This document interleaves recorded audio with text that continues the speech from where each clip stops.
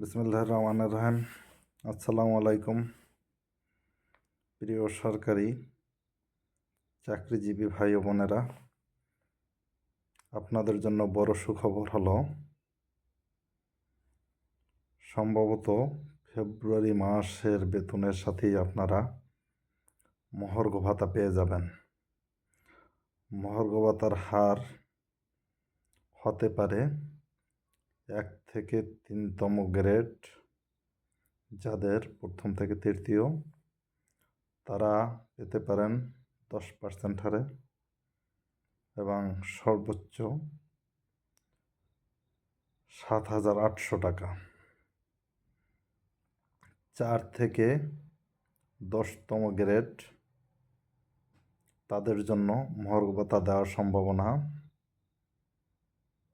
20% এবং সর্বোচ্চ 7,800 টাকা।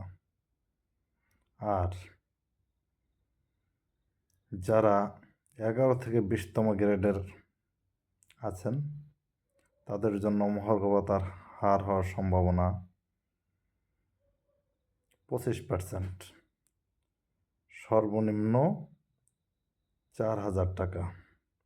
তবে বলে রাখা ভালো, মহার্ঘ ভাতা যেদিন থেকে কার্যকর হবে সেদিন থেকে এখন যে 5% ইনসেন্টিভ পান এটা বাতিল হয়ে যাবে।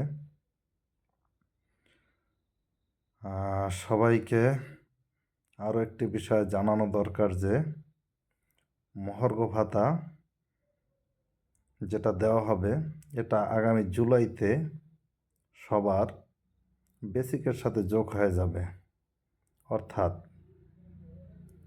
মহার্ঘ ভাতা সহ বর্তমান বেসিক যেটা আছে এটাই হয়ে যাবে মূল বেসিক, এবং এটার উপর 5% ইনক্রিমেন্ট যেটা প্রতি বছর পান সেটাও পাবেন আগামী জুলাই থেকে।